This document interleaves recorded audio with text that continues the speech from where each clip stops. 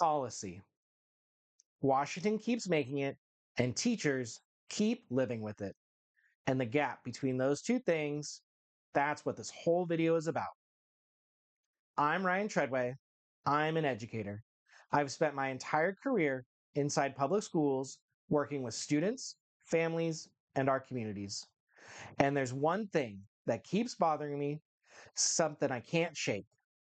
The people making decisions about our students almost never meet them. Today, I want to walk through 3 things that Washington consistently gets wrong with public education. Not from a think tank, not from a study, but from the classroom. And at the end, I want to ask you a question because I think the answer has implications way beyond schools. I understand why you need data. You need a way to measure whether students are learning. That's a reasonable starting point. But here's what the data doesn't show you. The student in the bottom 10% could be struggling because she can't read, or because she came to school hungry, or because her family just got an eviction notice and she hasn't been able to sleep for the last 3 nights. The test score looks the same either way. Washington sees a number, teachers see a kid. And when policy is built around the number, when we tie funding, teacher evaluations, or whether a school even stays open to a single standardized test, we are optimizing for the wrong thing. I've watched teachers spend weeks drilling test prep rather than actually teaching, not because they wanted to, but because the system made them. That's not education, that's compliance. And compliance doesn't produce leaders. So here's the question. Should we measure what's easy to count, or should we measure what matters? Which is more useful? The second thing Washington keeps getting wrong is the money. Here's how school funding in America works at the most basic level. Local property taxes pay for local schools. That means a school in a wealthy neighborhood where homes sell for $500,000 get dramatically more money per student than a school in a low-income neighborhood 2 miles away. Same state, same graduation requirement, completely different resources. Washington knows this. They've known it for decades. The solutions they keep proposing look like this: new grant programs, new federal oversight, new bureaucratic layers. What they rarely do is ask the people who actually watch what happens when the resources run out. I've watched teachers buy classroom supplies with their own money because the budget didn't cover it. I've heard stories of counselors managing caseloads beyond the recommended 250 students to 1 counselor ratio. Those aren't policy failures in the abstract. Those are real people who didn't get what they needed because the people writing the budget have never had to make that call. Same classroom, 1 student gets support, 1 doesn't.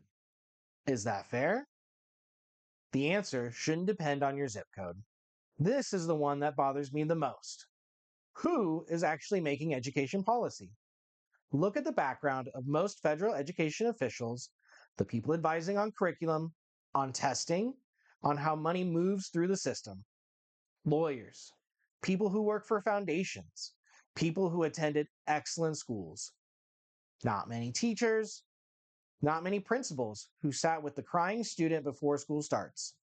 Not many counselors who've made a difficult call alone at 8 a.m. because no one else was around.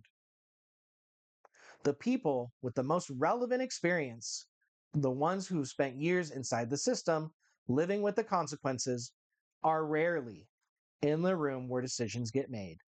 It's not an accident, it's by design, and I think we can change it. National leadership should be shaped by people who have actually served, not just by people who have studied it from the outside. That's the idea behind this channel. That's why I'm here. If any of this is landing, if you've seen it from inside the classroom, or as a parent, or you just know something isn't adding up, subscribe. That's how we build this conversation, 1 video at a time. This is not a left versus right argument. Schools that are underfunded, places where teachers are burning out, and students aren't getting what they need, those exist in red states and blue states. This is about who we trust to understand the problem, And I think we've been trusting the wrong people, not because they're bad people, but because experience matters. The experience of spending years inside a public school, of dealing with real consequences from policy decisions, that's not something you can replicate in a conference room. Think about the decisions that look completely different once you've actually lived through them. The curriculum mandate that assumes all students are starting in the same place. The testing schedule that doesn't account for students who have to work jobs after school. The funding formula designed for a different century. These things make more sense or less sense depending on where you've been. So here's the question I keep coming back to. What would change in our schools, in our communities, and in how we lead if the people making those decisions had actually spent time in the room where those decisions play out? That is what Classroom to White House is trying to figure out, and I want to figure it out with you. If this is your first time here, I'm Ryan Treadway. This channel is built on a simple idea: national leadership should be shaped by people who have actually served students, families, and communities. We're going to dig into that: real stories, real policy, questions that don't have easy answers. Subscribe if you want to be a part of the conversation, and drop a comment below.